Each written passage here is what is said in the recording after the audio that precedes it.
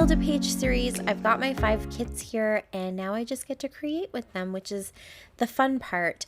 So I'm also doing Tuesdays in the Attic today, and I've got the Freaky Fast Friday formula for today. And so normally I would pick my kits and kind of go day by day based on the order in which I created them. But for this week, I'm going to have to be a little bit more flexible because for this first layout, I had to make sure that the scraps of paper that I put in my kit were large enough to fit the measurements from the Freaky Fast Friday formula. So, so this is not the first kit that I created in the video that I posted already. But that's okay. This is the one that seemed to work the best for me. I did have to do one little alteration, but that's also okay. We will make it work with what we have, right? So I've got my 12 by 12 piece of paper as my background. There is a little notch cut out of it, but it's basically 12 by 12. I just have to be a little bit creative to cover up that one little hole. And then the other measurements were 6 inches by 9 inches, which is that largest piece of paper with the white and the words on it. And then the piece that I just cut, that gray piece, is 3 inches by 9 inches. And then there was a 1/2 inch by 10 1/4 inches. So I used one of the branding strips for that. It's a little bit larger piece there. And then also 1 inch by 9 inches. Yes, 1 inch by 9 inches. And that's the one where I kind of had to work with what I had. And so I'm going to replace the 1 inch with 3 of those branding strips. So it's not quite the same dimensions, but it kind of has the same feel as, one kind of 1 inch strip. So that's what I'm going with. That's what works for me.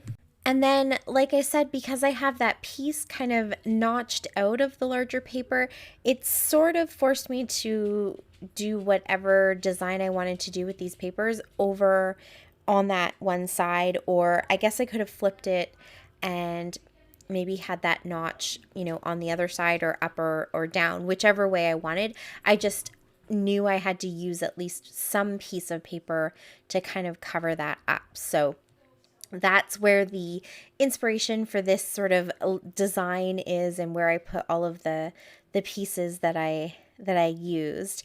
And then the paper, the larger paper with the words on it, that's from the Focus on You collection from Wild Whisper, and that kind of dictated to me what picture to use, because it's just like the name says, it's focused all on you, so it's a lot of sort of positive words and phrases kind of revolving around yourself. And so I thought a selfie would be a really good idea. All of these papers come from Wild Whisper, from a couple different collections. This is actually a kit that I started in my live on February 1st. I pulled out all of the papers and sort of put them all together to do the base of a page kit, and then all I had to do was just go ahead and kind of fill it in with some extra embellishments and stuff like that. So I went ahead and put down all of my papers and sort of figured out how I wanted all of them to go. And then I have these labels that I put in the kit, and they have blue on them instead of green or, a color that might actually match the papers.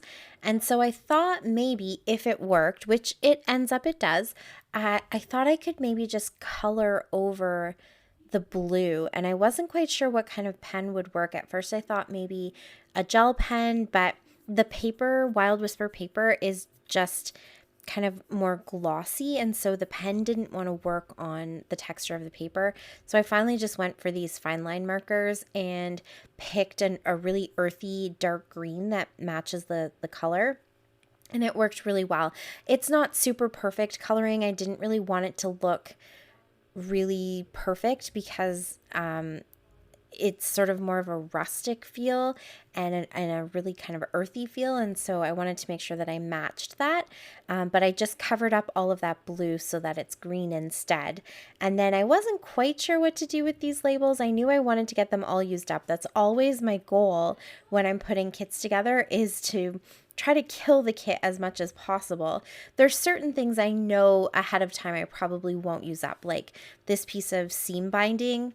I was pretty sure I probably wouldn't use it all, but you never know, I might. Or, a pack of enamel dots or something like that. I don't usually put those in my kit thinking I'm going to use up the whole thing. But the papers, I really do try my best to use up as much as possible and get them kind of killed and get the kit killed in that sense. So I went ahead and used all those labels, just made them work for me, and kind of made a big cluster off to the side of the photo. And then that way I had a little space for a title or just, to put some of these stickers. And then most of the stickers came from a Pink Fresh Studio sticker sheet, the cardstock sticker sheet. And a couple of them came from another sticker sheet that I have in my stash.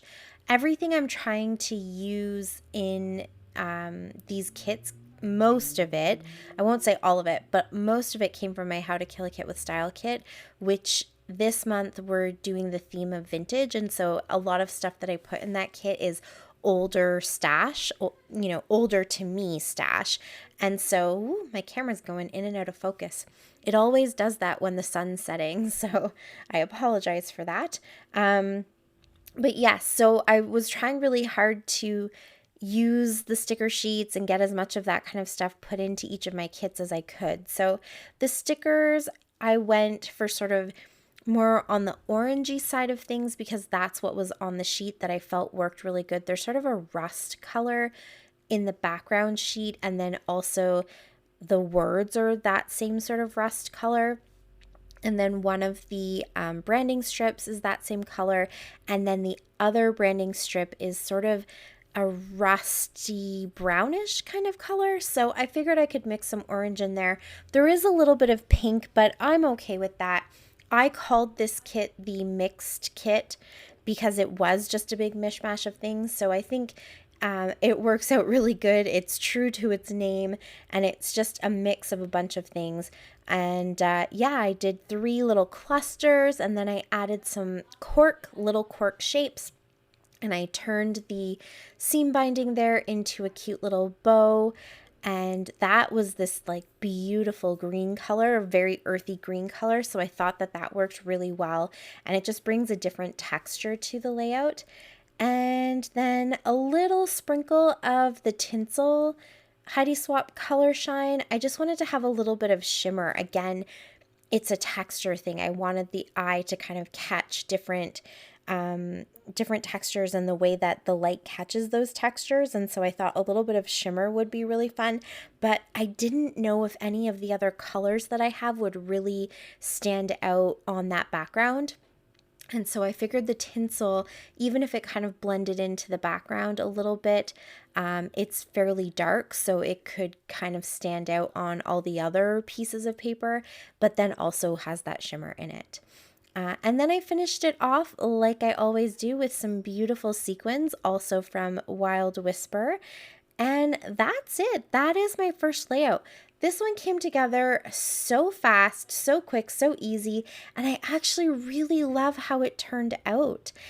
So I am going to leave the links to everybody else who builds pages every month with me, so please go and check those out. They're down below. And thank you so much for watching. I really appreciate it. I hope you're all having a wonderful day, and I'll see you again tomorrow. So until next time, happy scrapping. Bye. Bye. Thanks to me. She button to my channel.